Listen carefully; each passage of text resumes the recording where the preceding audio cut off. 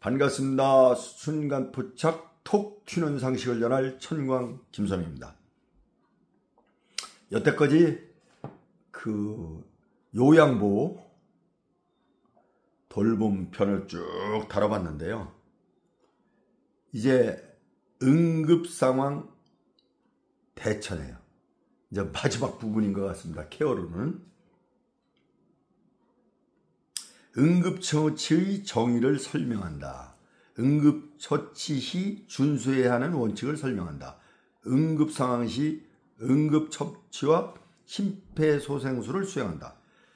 이게 이제 학습 목표인데 그 중에서 응급처치에 대해서 말씀드리겠습니다. 응급처치는 응급상황에서 행해지는 기도의 확보, 심장 박동의 회복, 기타 생명의 위험이나 증상 악화 방지를 위해 긴급히 수행한다.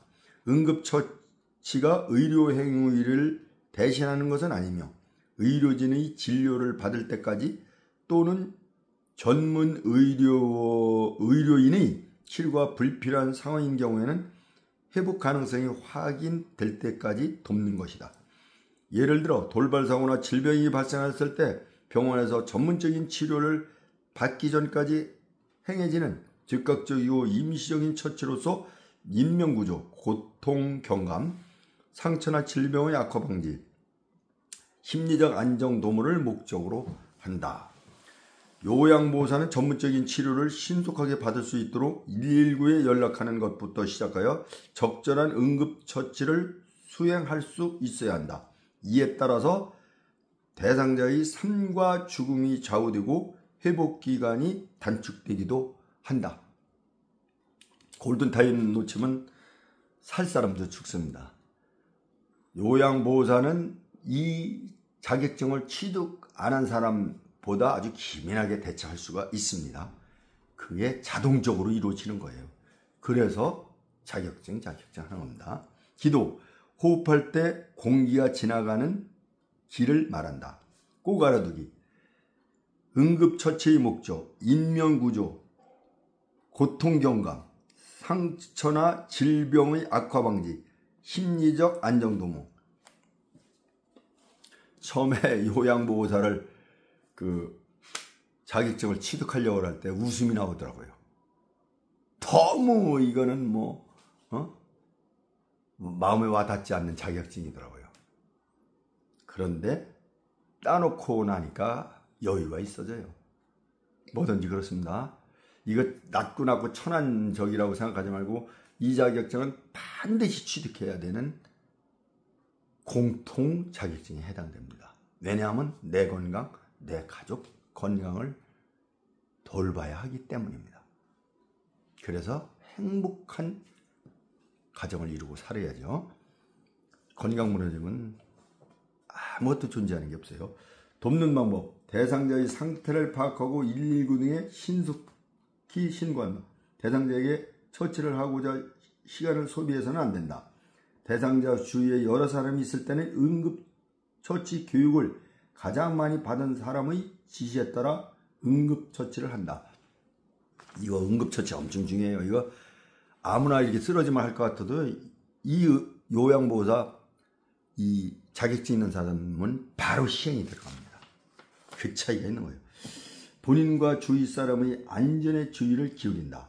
긴급을 요하는 대상자 순으로 처치한다. 대상자를 가급적 옮기지 말고 옮길 때는 119 등의 안내를 받아 적절한 운반법을 따른다. 요양보호사는 의약품을 사용할 수 없다. 다만 애용약품 또는 대상자가 평소에 사용하는 상비약품의 경우에만 줄 수 있다. 전문 의료인에게 인계할 때까지 절대 응급처치를 중단해서는 안 된다. 애용약품이 뭐냐면 피부에 바르거나 뿌리는 약. 이게 애용약품이에요. 속으로 넣는 아닌 애부라 이거지. 대상자에게 손상을 입힌 화학약품, 약물, 잘못 먹은 음식과 구토물도 병원으로 함께 가져간다.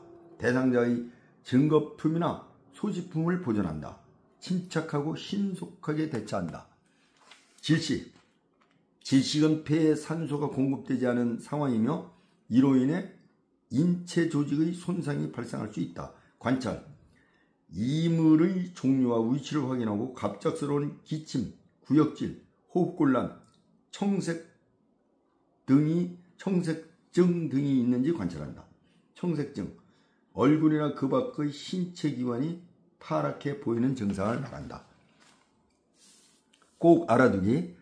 질식 시 대상자의 중요 증상, 목을 조르는 듯한 자세를 취한다. 갑자기 기침을 하며 괴로운 얼굴 표정을 한다. 숨을 쉴 때 목에서 이상한 소리가 들린다.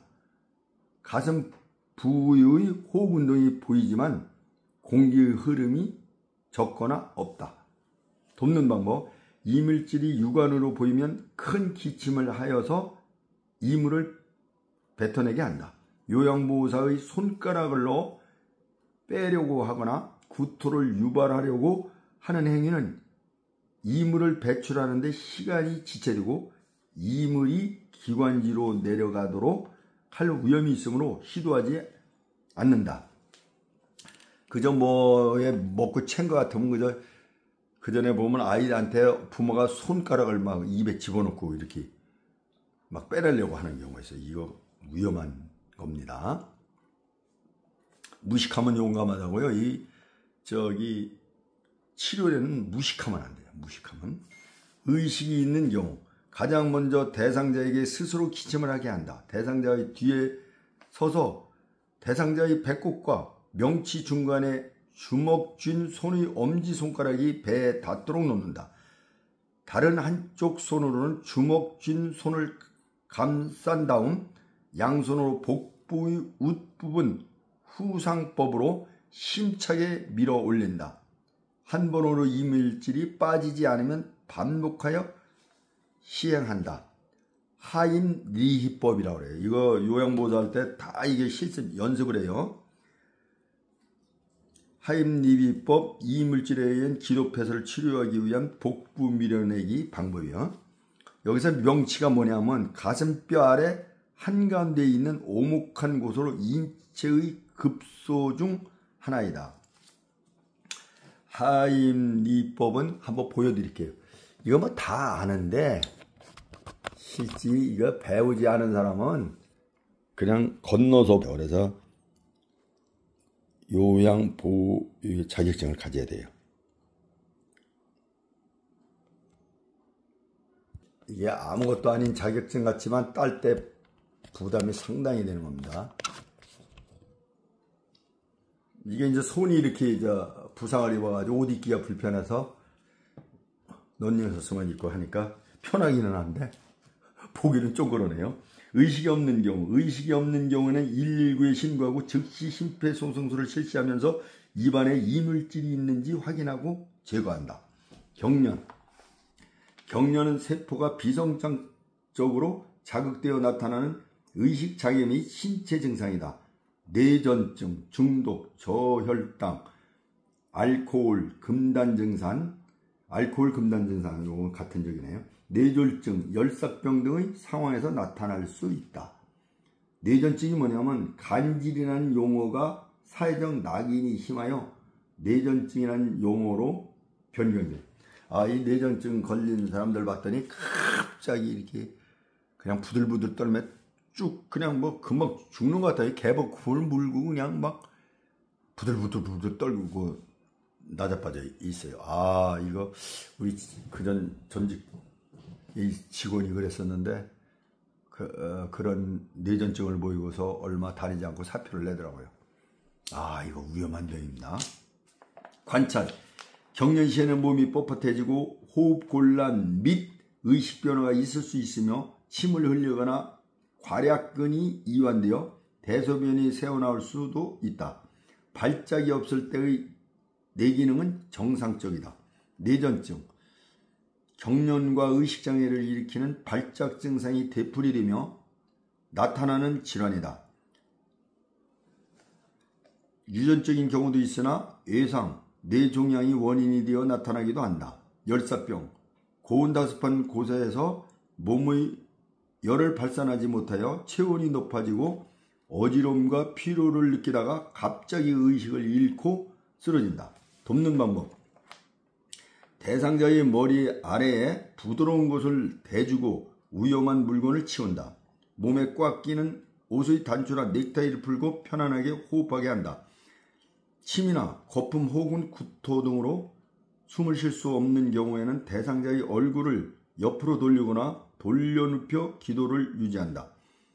입에 손수건 등 이물질을 넣어서는 안 된다. 이물질은 혀나 입안에 상처를 내거나 호흡곤란을 일으킬 수 있기 때문이다. 격려는 1, 2분 후면 끝나므로 대상자를 꽉 붙잡거나 억지로 발작을 멈추게 하려고 하지 말고 조용히 기다리고 대상자를 주의 깊게 관찰한다. 경련성 질환이 없던 대상자가 격려를 일으키거나 5분 이상 발작이 지속되면 즉시 119에 신고하고 시설장, 간호장 등에게 보고한다. 이거 읽어서 이렇게 게재하는 것만 해도 굉장한 이거 써 있습니다. 이게 굉장히 힘들어요. 이거 해보면 쉽지 않아요. 화상은 열, 불이나 뜨거운 액체, 햇불, 화학물질, 전기에 의해 발생하며 어떤 경우에든 피부가 손상된다. 또한 부식성 물질을 삼켰을 때는 식도나 위도 손상될 수 있다. 뜨거운 연기로 인해 기도에 화상을 입기도 한다. 부식성 물질이 뭐냐? 고농도의 강산 및 강염기로 피부 조직에 대한 파괴 작용이 강하다. 종류: 트리클로르 초산, 개미산, 페놀, 크레졸 비누는 아닙니다. 이런 것들이 있다 이거지.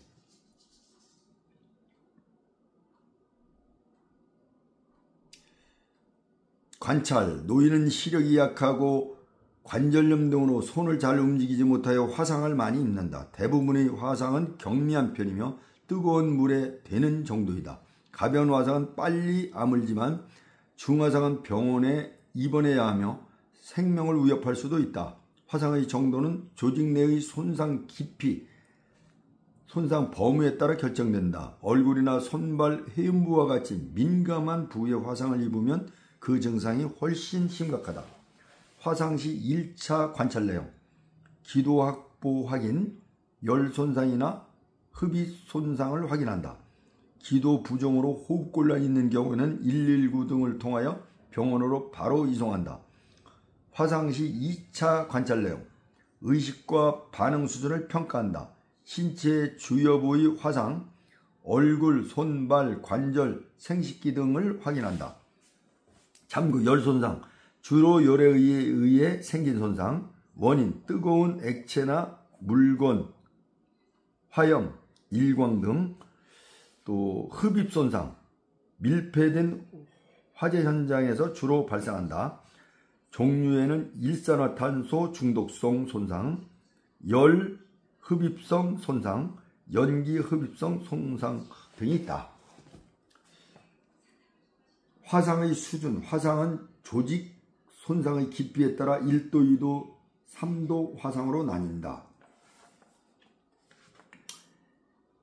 1도 화상은 표피층만 손상된 경우, 또 2도 화상은 물집이 생긴 경우, 표피 전층과 전피의 상당 부분이 손상, 또 3도 물집인데 이거는 진피 전층과 피하 조직까지 손상. 그러니까 3도 화상은 전층 손상, 2도 화상은 부분층 화상, 3도 화상은 전층 화상, 부분 화상, 1도 화상은 표재성 화상. 그러니까 1도 화상, 표재성 화상, 2도 화상, 부분층 화상, 3도 화상, 전층 화상. 이렇게 보건복지부 대한의학회에서 제공한 자료가 있네요. 요거를 읽어드리고 보여드리겠습니다. 1도 화상, 표피에만 국한된 가장 가벼운 화상이다.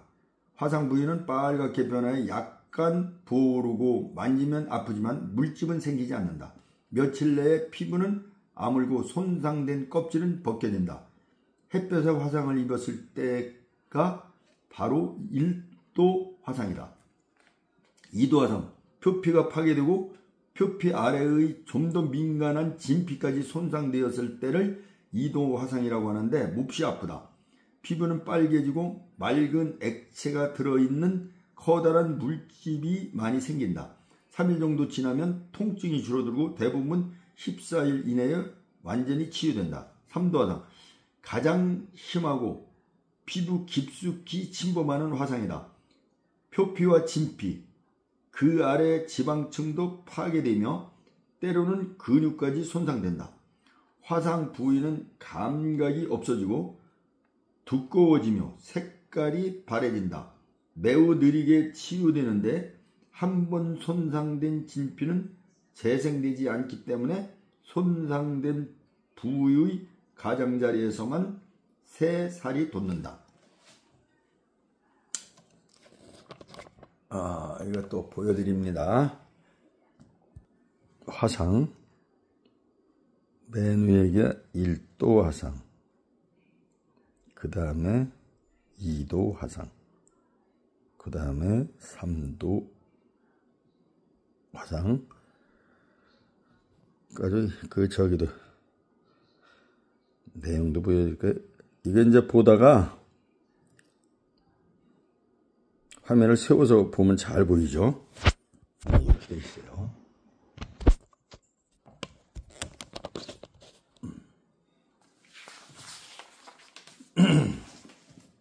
돕는 방법. 화상은 입은 즉시 화상 부위의 통증이 없어질 때까지 15분 이상 찬물 5도 내지 12도에 담가 화상면의 확대와 염증을 억제하고 통증을 줄여준다.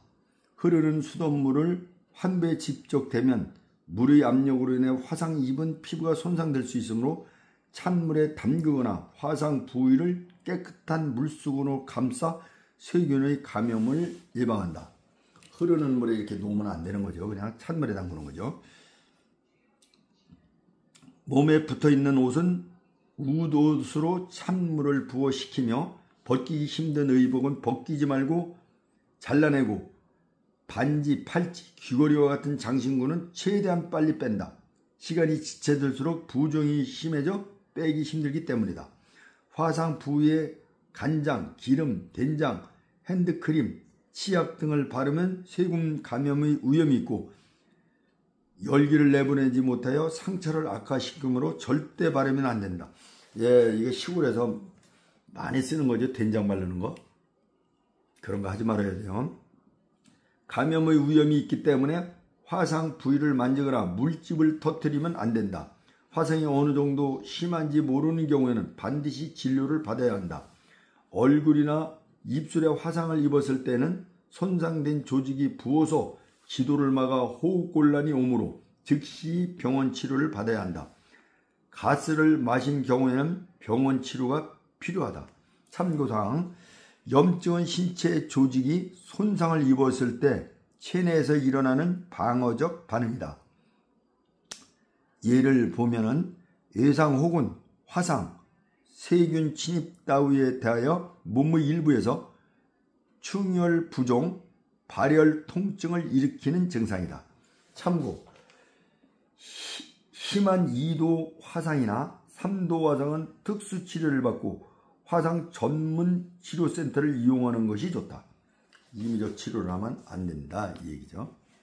화상 예방 방법. 노인 화상은 주로 뜨거운 물에 의해 발생한다. 시력이 약하고 관절염으로 손을 잘 움직이지 못하는 노인은 물 주전자를 들어 올리는 것이나 뜨거운 물컵을 잡는 것이 어렵다. 안전하고 노인의 독립성을 위치시키지 않는 범위에서 도와야 한다. 요양보호사는 플러그, 콘센트, 전선, 화재 위험이 있는 물건들을 관찰하고 안전조치를 취한다. 의식이 명료하지 않는 대상자나 노인은 화상 위험성이 높으므로 세심한 부문까지 관찰한다. 노인은 화재 발생 시 주의 도움 없이는 대피하기 어렵다. 모든 기관은 응급 상황 시 적절한 행동과 절차를 계획하여 발생할 수 있는 사고에 미리 대비해야 한다. 골절은 뼈가 부러지거나 금이 간 상태로 적절한 대처는 손상 악화를 막고 회복을 빠르게 한다. 관찰, 골절은 뼈가 부러지거나 금이 간 상태로 뼈가 부러지면 혈관, 신경과 뼈를 둘러싼 조직에도 영향을 미칠 수 있다. 따라서 골절 시에는 예형상 변형이 있는지, 손상 부위에 심한 통증이 있는지, 손상 부위를 움직일 수 있는지, 손상 부위가 부어 있거나 출혈이 있는지, 노출된 골편이 있거나 손상된 피부에서 뼈 조각이 보이는지 잘 관찰해야 한다. 돋는 방법. 대상자를 안전시키고 절대로 스스로 움직이게 해서는 안 된다. 손상 부위의 장신구를 제거한다. 예를 들어 팔을 다친 경우 붓기 전에 반지, 팔찌 등을 뺀다. 담요 등을 덮어주어 대상자를 따뜻하게 한다. 상처 부위에 냉찜질하면 부풀어 오르거나 염증 생기는 것을 줄일 수 있다. 골절의 증상, 신체의 양쪽이 다를 때, 통증 부위의 부종 및 기능 상실, 움직이지 못할 때, 통증 부위 부러진 뼈끼리 부딪히는 소리가 날 때, 개방된 상처가 있거나 출혈이 있는 경우 멸균 꺼지를 이용하여 상처를 덮어준다. 덮어준 상처 부위를 지혈한다. 이때 튀어나온 뼈는 직접 압박하지 않는다. 시설장 간호사에게 보고한 후 병원으로 이송한다. 필요하면 손상 부위에 부목을 댈 수도 있다. 참고 부목. 팔, 다리가 부러졌을 때 뼈나 근육을 고정하기 위해 일시적으로 대는 나무. 꼭 알아두기.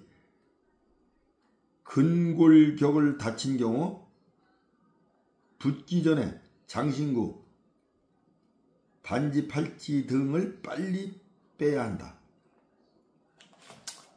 이렇게 다쳤을 때, 이제 제가 오른손 주상골 골절이 됐는데, 이때 이 찬물에 담궈야 되는 걸 뭣도 모르고 뜨신 물에 이렇게 됐어요. 그랬더니 통증도 욱신욱신 쑤시고 대번 부어오르고 염증이 일어나려고 하는 현상이 있더라고요. 절대 이렇게 골절됐을 때는 찬물에 담그는 겁니다. 찬물에. 출혈은 혈액이 몸 밖으로 빠져나오는 현상으로 안전하게 지혈하는 것이 중요하다. 관찰. 정상 성인은 몸 안에 4.8 내지 5.7리터의 혈액이 있으며 0.95리터 이상 출혈은 생명의 위험을 초래할 수 있다. 대상자의 혈액을 접촉하면 혈액 맥의 감염성 질환에 감염될 위험이 있으므로 반드시 장갑을 낀 후 만진다. 어쩔 수 없이 맨손을 사용했다면 비누와 물로 깨끗이 씻는다. 돋는 방법. 출혈의 원인이나 상처의 종류에 상관없이 가장 먼저 지혈해야 한다. 장갑을 착용하고 출혈 부위를 노출한다. 출혈 부위에 멸균 꺼지를 이용하여 직접 압박한다. 멸균 꺼지 위에 압박 붕대를 감는다. 이때 너무 꽉 조이지 않게 하여 혈액순환이 유지되게 한다. 출혈 부위를 압박하면서 출혈 부위를 심장보다 높게 위치하도록 한다. 꼭 알아두기. 압박 붕대를 너무 꽉 조이게 감으면 혈액순환에 방해된다. 꼭 알아두기. 대상자의 혈액을 접촉하면 혈액맥의 감염성 질환에 감염될 위험이 있으므로 반드시 장갑을 낀 후 만진다. 약물 오남용 및 중독. 오남용이나 중독은 고의나 실수로 위험한 영향을 미칠 수 있는 약이나 물질을 먹는 것으로, 특히 중독은 약물 사용에 대한 강박적 집착을 갖게 하고 일단 사용이 시작하면 조절이 어려우므로 주의해야 한다.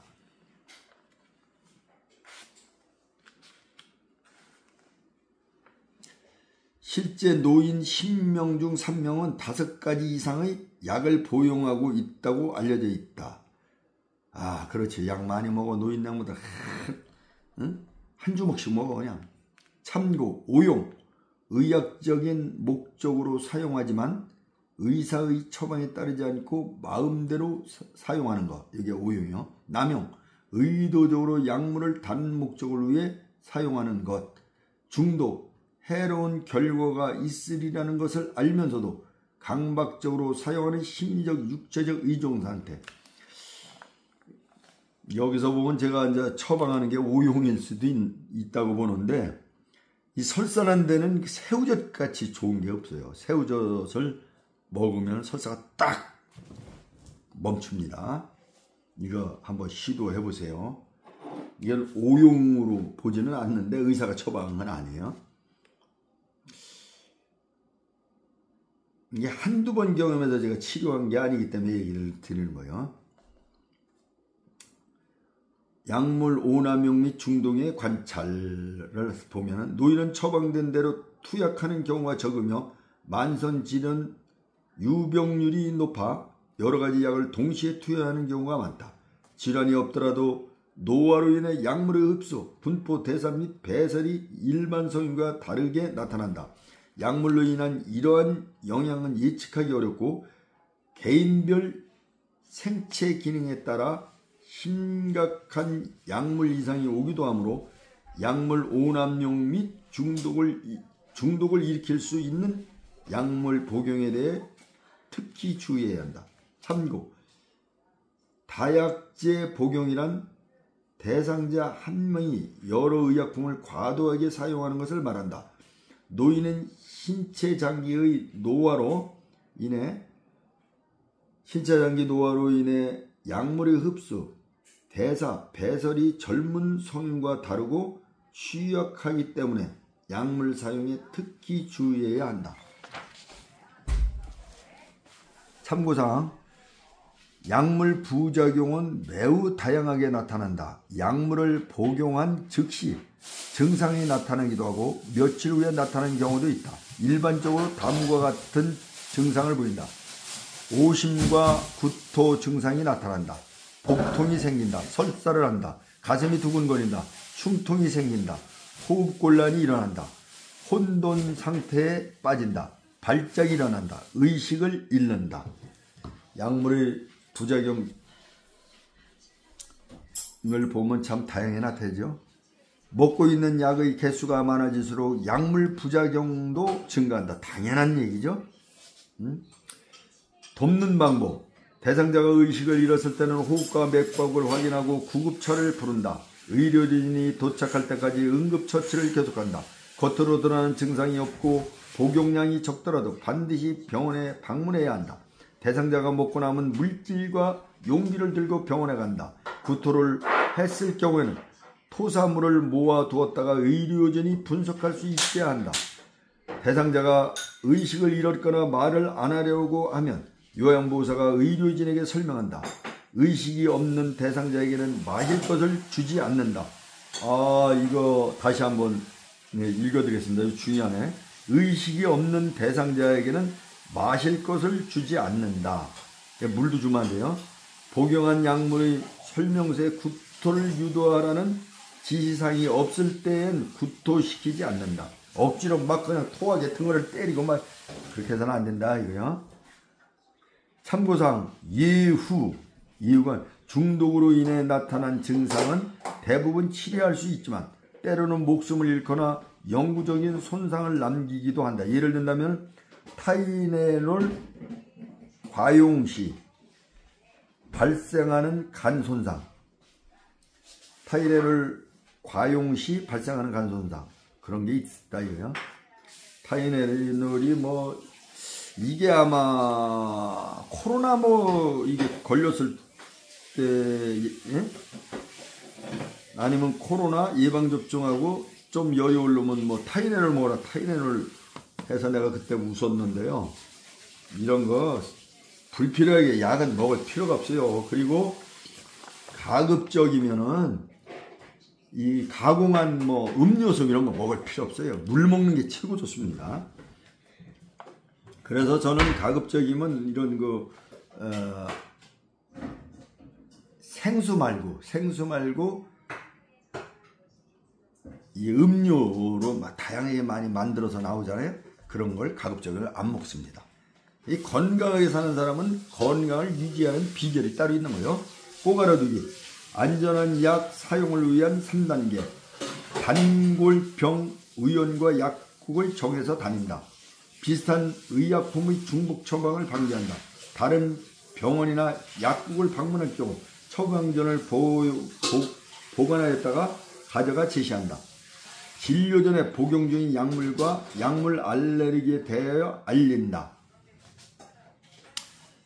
나는 그 단골 병원 뭐 이런 거는 바람직스럽지 않다고 생각합니다. 잘 나면은 상관이 없는데 계속 다녔는데도 문제가 있으면 병원도 바꿔볼 필요가 있다는 이렇게 생각을 합니다. 현재 복용 중인 모든 의약품에 대해 알려준다. 모든 처방약, 비처방약, 한약 등에 대해 의사 약사에게 알린다. 과거에 경험했던 약 부작용이 있다면 설명한다. 반드시 가장 최신의 처방약을 복용하고 진료 후 이전 처방약을 이어서 복용하지 않는다. 이전 처방약이 많이 남은 경우 복용할 수 있는지 의사에게 확인한다. 정해진 방법에 따라 약을 복용한다. 과다한 약 복용은 간, 심장 등 장기에 독이 되기 때문에 스스로 판별할 임의로 약을 복용하는 것은 위험하다. 약 복용 시간은 약마다 다르므로 처방을 따른다. 모든 약을 식후에 복용하는 것은 아니다. 식후 위장 장애를 줄이고 잊지 않고 규칙적으로 복용하기 위함이다. 식전 일부 당뇨약, 위장관 운동조절제, 갑상선 호르몬제를 복용한다. 이 식전에 먹는 거 다시 한번 읽어드릴게요. 일부 당뇨약, 위장관 운동조절제, 갑상선 호르몬제를 복용한다. 식전에. 식사 중 또는 식사 직후 칼슘제, 철분제는 위장 장애를 줄이기 위해 이때 복용한다. 이거는 좀 중요해서 다시 한번 읽어드리겠습니다. 식후 위장 장애를 줄이고 잊지 않고 규칙적으로 복용하기 위함이다. 식전 일부 당뇨약, 위장관 운동조절제, 갑상선 호르몬제를 복용한다. 식사 중 또는 식사 직후 칼슘제, 철분제는 위장 장애를 줄이기 위해 이때 복용한다. 대부분 보면은 밥 먹고 무조건 당뇨약을 먹는다든지 위장관 운동조절제, 갑상선 호르몬제를 먹어요. 이게 식전에 복용하는 겁니다. 변경이 필요한 경우 의사 또는 약사와 상의한다. 약은 물과 함께 복용한다. 녹차, 커피 등의 카페인 음료나 우유는 약의 흡수를 방해한다. 한 번 더 읽습니다. 녹차, 커피 등 카페인 음료나 우유는 약의 흡수를 방해한다. 자몽주스는 고혈압, 고지혈증약의 부작용을 증가시킨다. 자몽주스는 고혈압, 고지혈증약의 부작용을 증가시킨다. 철분제는 오렌지 주스와 복용한 흡수율이 증가되므로 추천된다. 철분제는 오렌지 주스와 복용하면 흡수율이 증가되므로 추천된다. 이거 잘 알고 있어서 두 번씩 읽어드렸습니다. 약을 잘라서 복용할 때는 약마다 다르므로 약사와 상의해야 된다. 분할, 분쇄, 불가약제, 장용 코팅제, 약효 저하 우려, 장용 코팅제, 약효 저하 우려가 되는 거죠. 서방제, 부작용 증가 우려, 서방제, 부작용 증가 우려. 약 삼키는 것이 힘들다고 모두 잘라 복용하면 안 된다. 약 복용을 잊었을 경우 생각나면 즉시 복용한다. 다음 복용 시간이 더 가까울 때에는 다음 복용 시간에 복용한다. 단 절대로 2배 용량을 복용해서는 안 된다. 약을 안 먹었다고 한 번에 두 봉다리씩 막 이렇게 먹으면 효과가 똑같을 거라고 해서 그렇게 먹으면 안 돼요. 꼭 알아두기. 약은 물과 함께 복용한다. 우유, 녹차, 커피 등 카페인 음료는 약의 흡수를 방해한다. 자몽주스는 고혈압, 고지혈증약의 부작용을 증가시킨다. 철분제는 오렌지 주스와 복용 시 흡수율이 증가되므로 추천된다. 그 두 번씩 읽어드리는데 꼭 알아두기에도 나와 있네요. 본인이 처방받은 약만 복용해야 한다. 같은 질환, 같은 약물이라도 성별, 나이, 체중, 간 기능, 콩팥 기능에 따라 용량이 다르기 때문이다. 용량이 다르죠. 자신의 약을 나누어 주거나 다른 사람의 약을 복용해서는 안 된다. 건강기능식품도 복용 전 의사, 약사와 충분히 상의해야 한다. 과다한 복용을 피하고 적당량만 복용한다.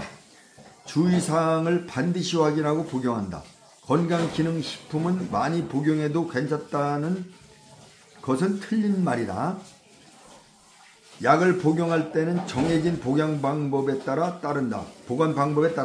냉장고는 습도가 높아 보관에 적절하지 않다. 대부분이 그 약을 냉장고 속에 집어넣는 사람이 있어요. 이거 안 됩니다. 겉포장 또는 설명서에 쓰인 보관 방법을 확인한다. 일반적으로 직사광선을 피하여 실온의 서늘하고 건조한 곳에 보관한다. 차광 보관 갈색 봉투나 통에 보관한다. 니트로글리세린, 라식스 이런 거는 갈색 봉투나 통에 보관한다 이거예요. 냉장 보관, 냉장고에서 얼지 않게 보관한다. 대체로 사용기간이 짧음으로 주의한다. 일부 항생제 시럽, 인슐린 주사 이런 거는 냉장 보관해야 된다 이거죠.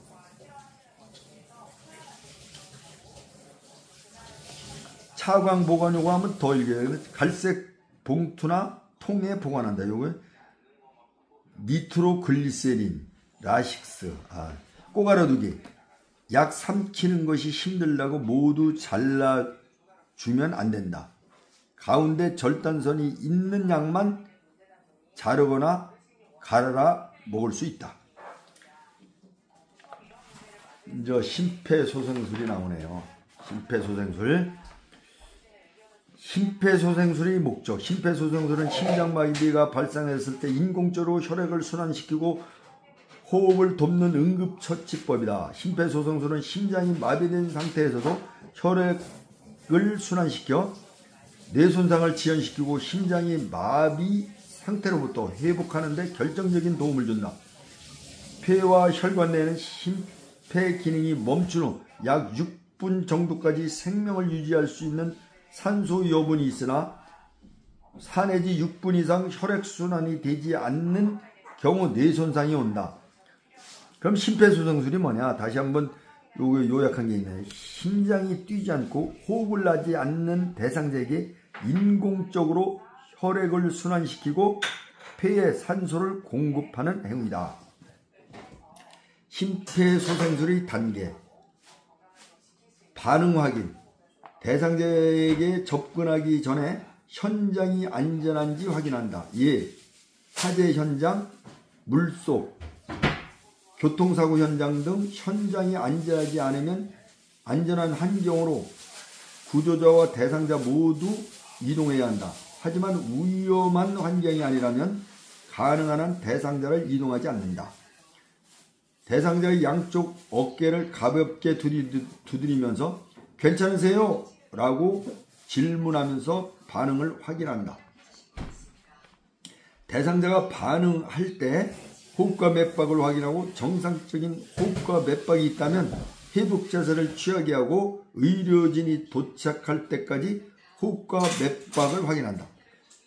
일반적인 구조자는 119에 신고한 후에는 전화를 스피커폰 상태로 둔 상태에서 응급의료 상담원의 조언에 따라 행동해야 된다. 여기서 지금 중요한 게 이거 요양보호소 자격증 있는 사람만 이런 게 가능해요. 119 이런 데나 전화를 스피커폰 상태로 넣는다. 스피커폰 상태로. 이거 일반인들은 이렇게 못해요. 당황해가지고. 자격증 있는 사람들은 이런 상황이 보면 전화를 스피커폰으로 일단 딱 해놓습니다. 꼭 알아두기. 대상자가 반응은 없으나 정상적인 호흡을 하면 옆 옆으로 누운 자세를 하여 구강의 이물질이 흡입되는 것을 예방한다. 도움 요청 119 신고 및 자동심장 충격기 준비. 질문에 반응이 없고 정상적인 호흡이 없으면 즉시 도움을 요청한다. 구조자가 한 명일 때 주위에 도와줄 사람이 있다면 119에 신고하고 자동 심장 충격기를 가져다 달라고 요청한다. 주위에 도와줄 사람이 없고 연락할 수 있는 매체, 예를 들면 휴대폰 없다면 잠시 현장을 이탈하더라도 도움을 요청한 후 심폐소생술을 시작한다. 주위에 이용할 수 있는 자동 심장 충격기가 있다면 가져와 사용한다. 이건 요양보호사 배운 사람도 잘 못하는 거예요. 그러나 제 유튜브를 들으면 잘 할 수 있게 됩니다. 구조자가 2명일 때 한 명은 즉시 심폐소생술을 시작하고 다른 한 명은 119에 신고한 후 주위에 있는 자동 심장 충격기를 가지고 온다. 주위에 자동 심장 충격기가 없다면 119가 올 때까지 한 명은 심장압박, 다른 한 명은 인공호흡으로 나누어 같이 심폐소생술을 시행한다. 119에 신고할 때 119 신고 시 발생 장소, 대상자 수와 상태를 정확히 알려주고 응급의료상담원의 전화로 지시하는 것에 따른다. 참고 일반적인 구조자는 맥박 확인을 하지 않는다. 맥박 확인 과정이 훈련되지 않은 일반인에게는 어렵고 부정확하여 시간만 지체되기 때문이다. 그렇죠. 뭐든지 전문가가 아니면 안 되는 거예요.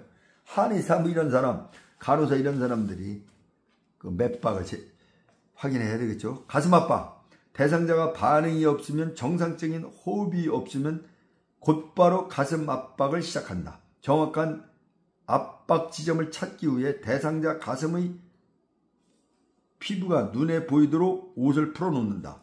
대상자의 가슴 중앙인 가슴뼈, 흉골이죠.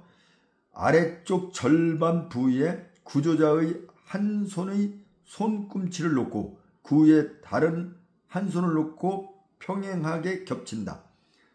손가락은 깍지를 끼거나 펼 수 있다. 구조자의 체중을 이용하여 압박하기 위해 양팔의 팔꿈치를 곧게 펴서 어깨와 일직선을 이루게 하고 구조자의 어깨와 대상자의 가슴이 수직이 되게 한다. 100 내지 120회 분의 속도로 대상자의 가슴이 약 5cm 눌릴 수 있게 체중을 실어 깊고 강하게 압박한다. 매 압박 시 압박 위치가 바뀌지 않게 한다. 매번 압박한 직후 압박한 가슴은 원래 상태로 완전히 이완되게 한다. 압박, 이완의 시간 비율이 50대 50이 되게 한다. 단 손바닥이 가슴에서 떨어지면 안 된다. 가슴 압박 시 유의사항. 가슴을 적절히 압박하더라도 늑골, 골절이 발생한다. 심폐소생술에 의한 골절 가능성과 심폐소생술에 의한 소생 가능성을 비교하면 심폐소생술을 적극 권장하는 것이 바람직하다. 복강 내 장기의 손상 방지를 위해 흉골의 가장 하단에 위치한 칼 돌기를 압박하지 않도록 주의한다. 복장뼈자로 복장뼈 몸통 칼 돌기, 요거를 한번 보여드리겠습니다. 이렇게 생겼어요. 이렇게 복장뼈자로 복장뼈 몸통 칼 돌기. 아, 이렇게 참 이런 걸 읽어드리는 사람이 누가 있겠어요? 응? 참 이제 다 끝나갑니다.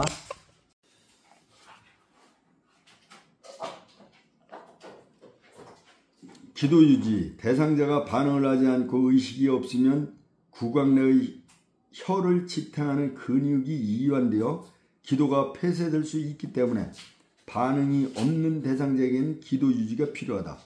구조자의 한 손을 대상자의 이마에 올려놓고 손바닥으로 대상자의 머리를 뒤로 젖힌다. 다른 한 손으로 턱 아래 뼈 부분을 머리 쪽으로 당겨 턱을 위로 들어준다. 머리 기울림, 턱 들어 올리기 시 주의할 점. 턱 아래의 연부 조직을 눌러 기도가 폐쇄되지 않게 한다. 턱을 들어 올리기 위해 엄지손가락을 사용하지 않는다. 대상자의 입이 다치지 않게 한다. 기도 유지를 배운 적이 없다면, 심폐소생술 교육을 받은 경험이 없고 심폐소생술에 자신이 없는 일반인 구조자는 기도 유지, 인공호흡을 생략하고 가슴 압박만 하는 소생술을 권장한다. 뭐든지 배워야 돼요. 모르면 안 하는 게 좋습니다. 모르면 인공호흡, 대상자의 이마를 뒤로 젖히고 턱을 들어 기도를 개방하고 이마 쪽 손의 엄지손가락과 검지로 대상자의 코를 막는다. 구조자는 입을 크게 벌려 대상자의 입에 완전히 밀착시켜 공기가 새지 않게 하고 1초에 한 번씩 가슴 팽창이 관찰될 정도로 숨을 2번 크게 불어넣는다. 인공호흡 시 유의할 점. 과도한 환기가 발생되지 않도록 주의한다. 과도한 환기는 좋지 않으므로 가슴 상승이 눈으로 관찰될 정도로만 호흡량을 불어넣는다. 위가 팽팽하지 않도록 주의한다. 너무 빨리 또는 세게 호흡을 불어넣을 경우 공기가 폐가 아닌 위로 들어가 위팽창을 일으킬 수 있다. 위팽창을 최소화하기 위해서는 1초에 걸쳐 서서히 가슴이 상승될 정도로만 불어넣어야 한다. 위팽창은 위 내용물의 역류, 기도로의 흡인과 같은 심각한 합병증을 유발할 수 있다. 보호기구 사용 여부 결정. 구조자가 입, 인공호흡을 망설이는 경우 입 보호구, 예를 들면 얼굴 덮개를 사용할 수 있다. 그러나 인공호흡을 통해 질병이 전염될 위험성은 매우 낮은 것으로 알려져 있으므로 생사를 다투는 상황에서는 보호기구를 준비하기 위해 인공호흡을 지연하지 말아야 한다. 가슴 상승이 관찰되지 않는다면, 첫 번째 인공호흡을 시도했을 때 대상자의 가슴이 상승되지 않는다면 머리 기울임, 턱 들어 올리기를 다시 정확하게 시행한 후 다음 2번째 인공호흡을 시행한다. 가슴 압박과 인공호흡 30대 2 비율 유지. 구조자가 1인일 때 가슴 압박 30번과 인공호흡 2번을 번갈아가며 실시한다. 인공호흡 2번을 10초 이내로 실시한다. 구조자가 2인 이상일 때 2인 이상의 구조자가 심폐소생술을 하는 경우 2분마다 또는 5주기, 1주기 30회의 가슴 압박 2회의 인공호흡의 심폐소생술 후에 가슴 압박 시행자를 교대해 준다. 인물을 교대할 때는 가슴 압박 중단을 최대한 짧게 한다. 회복자세. 대상자가 반응은 없으나 정상적인 호흡과 효과적인 순환을 보이면 대상자의 몸 안쪽으로 한쪽 팔을 바닥에 대고 다른 쪽 팔과 다리를 구부린 채로 대상자를 옆으로 돌려 눕힌다. 꼭 알아두기. 가슴 압박 중단의 최소화. 인공호흡을 하기 위한 가슴 압박 중단은 10초 이내로 제한한다. 순환 회복을 확인하기 위해 가슴 압박을 중단해서는 안 되며 자동 심장 충격기나 전문 소생술팀이 도착하거나 대상자가 깨어날 때까지 가슴 압박을 계속해야 한다. 참고사항, 회복자세. 혀나 구토물로 인해 기도가 막히는 것을 예방하고 흡인의 위험성을 줄이기 위한 방법이다. 회복 자세를 한번 이것도 보여드리겠습니다.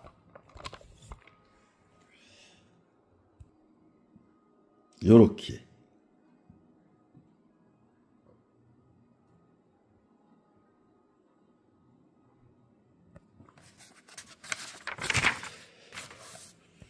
뭐 이런 게 또 있구나.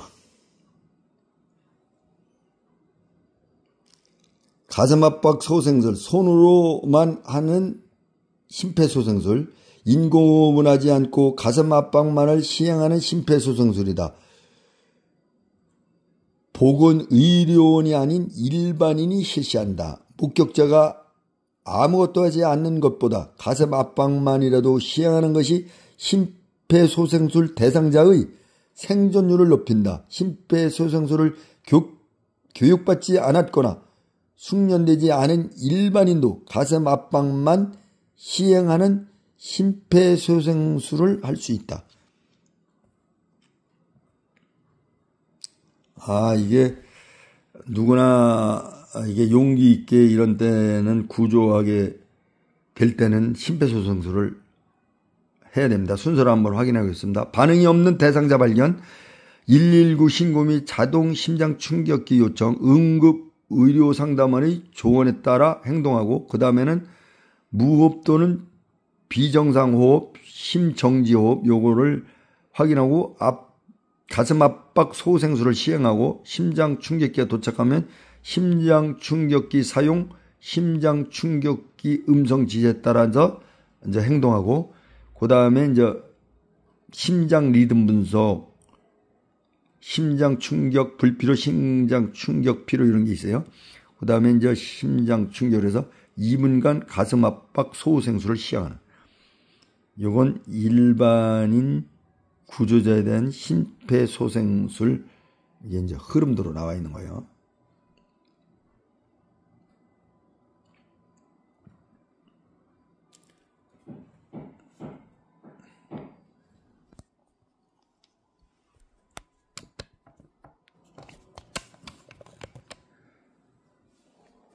자동 심장 충격기 적용, 이게 마지막 단계예요.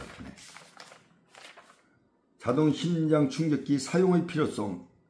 급성 심정지의 가장 흔한 원인이 급성 심근색 후 발생하는 심실세동이기 때문에 가슴 압박과 빠른 재세동, 자동 심장 충격이 매우 중요하다.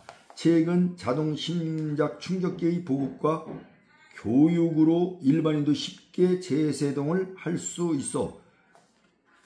있게 되어 회복 가능성이 높아진다. 자동 심장 충격기는 가슴에 붙이는 두 개의 패드에서 감지하는 심전도 신호를 분석하고 재세동이 필요한 경우 전달할 에너지를 충전하여 재세동, 자동 심장 충격기를 시행하는 것이다. 자동 심장 충격기의 사용 방법. 자동 심장 충격기의 사용 방법은 단순하고 쉽다. 제조사마다 모양, 버튼의 위치, 적용 순서가 약간 차이가 있을 수 있으나 대부분 자동 심장 충격기는 일반적 4단계에 따라 사용할 수 있다. 자동 심장 충격기의 일반적인 4단계. 전원을 켠다. 패드를 붙인다. 심장 리듬을 분석한다. 모두 물러나고 재세동을 시행한다. 심실세동이란 뭐냐? 심장의 심실에서 이상신호가 발생하여 심실의 각 부분이 무질서하게 불규칙적으로 수축하는 상태. 심실세동이 나타나면 정상적인 수축과 이완을 하지 못해 심장이 정지한 것과 같은 상태가 된다. 자동 심장 충격기. 자동으로 심전도를 분석하여 심실세동 또는 무맥성 심실빈맥을 제거할 수 있는 장비. 참고 자동 심장 충격기 비치. 우리나라에서는 공공보건의료기관, 구급대에 운영 중인 구급차, 여객 항공기와 공항, 철도 차량, 20톤 이상의 선박, 공동주택, 다중이용시설 등의 자동 심장 충격기 등의 응급 의료 장비를 갖추고 매월 1회 점검하도록 정하고 있다. 응급의료에 관한 법률구조 제47조 2항. 이게 한 달에 한 번 뭐 점검하나요? 쉽지 않은 것 같아요. 자동심작 충격기. 자동심작 충격기는 반응과 정상적인 호흡이 없는 심정지 대상자에게만 사용한다. 심폐소생술 시행 후 자동심장 충격기가 도착하면 지체 없이 전원을 켠다. 2개의 패드 부착. 오른쪽 패드는 오른쪽 빗장뼈 밑에, 왼쪽 패드는 왼쪽 중간 겨드랑이 선에 붙인다. 심장 리듬 분석. 분석 주인이 물러나라는 음성 지시가 나오면 심폐소생술을 멈추고 대상자에게서 손을 뗀다. 제세동. 심장 충격이 필요하면 제세동 심장 충격이 필요합니다 라는 음성 지시와 함께 자동 심장 충격기 스스로 에너지 충전을 시작한다. 충전은 수초 이상 소요되므로 가능한 가슴 압박을 시작한다.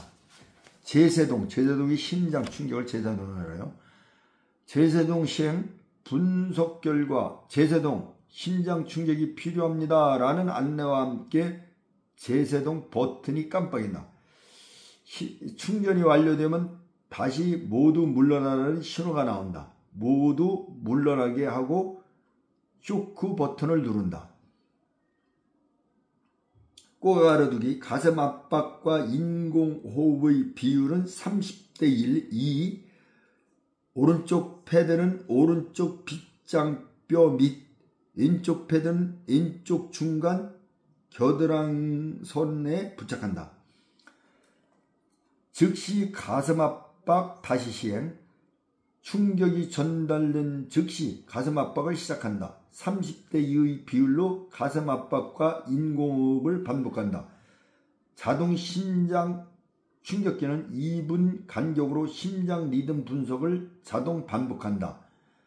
자동 심장 충격기 사용 및 심폐소생술 시행은 119 구급대가 현장에 도착할 때까지 지속한다.